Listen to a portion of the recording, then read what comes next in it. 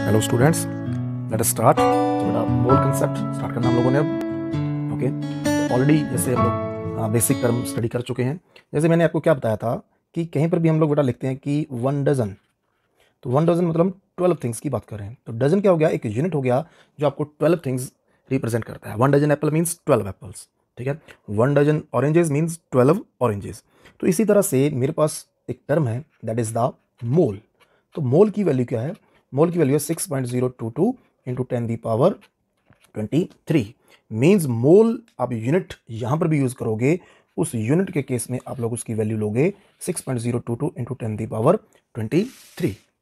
ठीक, तो मैंने लिख दिया 1 mole apple, it means 6.022 into 10⁻23 apples की बात हम लोग यहां पर कर रहे हैं। ठीक है, तो ये बात बिल्कुल आप लोगों को क्लियर हो जानी चाहिए। मैं लिखता हूं 1 मोल ऑफ कार्बन एटम्स, ठीक। या ठीक है, अनदर एग्जांपल लेते हैं। मैं आपको यहां पे लिख देता हूं कि 1 मोल ऑफ या 1 mole of magnesium atoms, it means 6.022 into 10⁻23 atoms of magnesium. इसकी बात हम लोग यहां पे कर रहे हैं। तो ये बिल्कुल आप लोगों के माइंड में फिट हो जाना चाहिए कि मोल मीन्स 6.022 इंटू 10⁻23, हम लोग इसकी बात कर रहे हैं। ओके, तो मोल कंसेप्ट में हम लोगों ने ये जो टर्म यूज करी है यहां पर 6.022 into 10⁻23, this is also known as, ठीक है, this value is also known as Avogadro's, scientist से Avogadro's, Avogadro's number. This is the Avogadro's number. Okay, आपको चेक बेसिक सी बातें, ठीक है, that is related to the mole concept. तो हमारा टॉपिक अब यहाँ से मेनली शुरू होता है। बेसिक बातें मैंने इसकी आपको बता दी हैं। तो मोल कॉन्सेप्ट, ओके। तो मोल कंसेप्ट में क्या करना, आप लोगों ने दो बातें इसके माइंड में रखनी है। First one,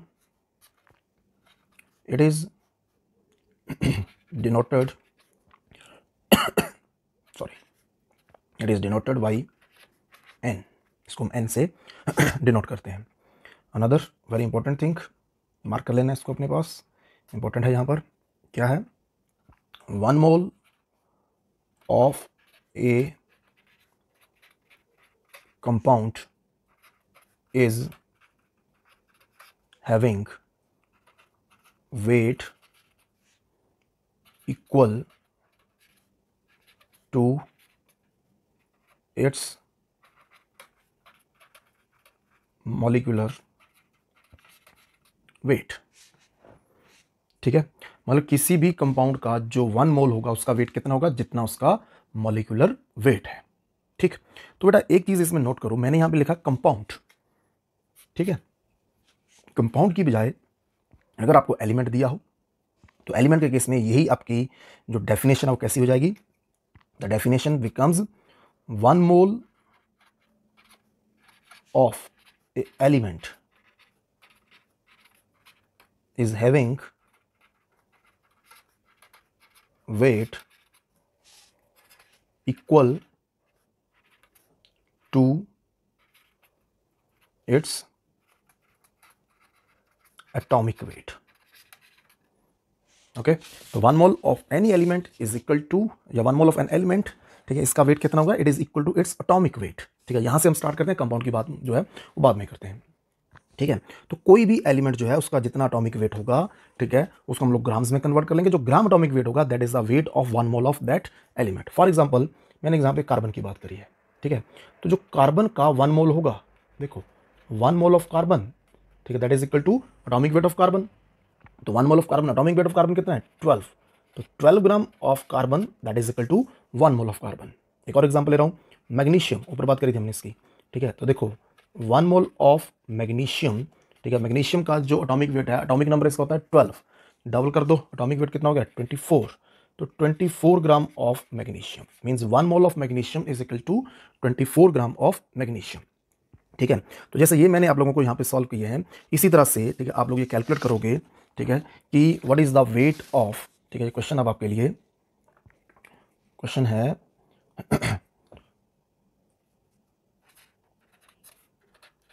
what is the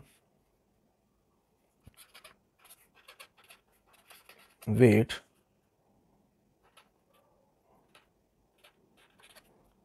in case of following. Number 1 1 mole aluminium, number 2 1 mole sodium, number 3 2 mole carbon, ठीक है। Number 4 5 mole hydrogen, number 5 2.5 mole of oxygen, ठीक है। तो ये इस तरह से हम लोगों ने इसके एग्जांपल्स लेने हैं, ठीक है।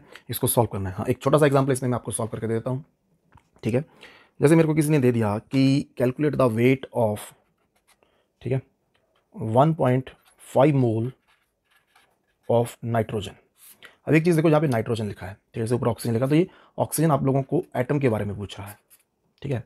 अगर यही ऐसा दिया O2, ठीक है, तब हम लोग इसको गैस के केस में ले लेंगे, तो इसको ऑक्सीजन एटम यहाँ पे मार्क कर लेना। हाँ, एक चीज़ है कि जैसे मैंने पहले ऑक्सीजन लिखा, तो अगर ऑक्सीजन के लिए लिखा तो हम गैस की बात करते हैं, तो गैस के केस में ये कैसा होगा, O2 होगा, तो आप O2 के हिसाब से इसको कैलकुलेट करोगे। यहाँ पे दे दिया 1.5 मोल ऑफ नाइट्रोजन। अब नाइट्रोजन अकेला लिखा है, वैसे नेचर में जो नाइट्रोजन है that will exist as the N2, तो हम लोग N2 के हिसाब से कैलकुलेट करेंगे। यहाँ पे N दिया तो N के हिसाब से कैलकुलेट करेंगे। नाइट्रोजन का 1.5 मोल पूछा है, ठीक है, तो पहले मैं ये देख लूँ कि 1 मोल का वेट कितना है, ठीक है। तो 1 mole of nitrogen that is equal to 14 gram of nitrogen.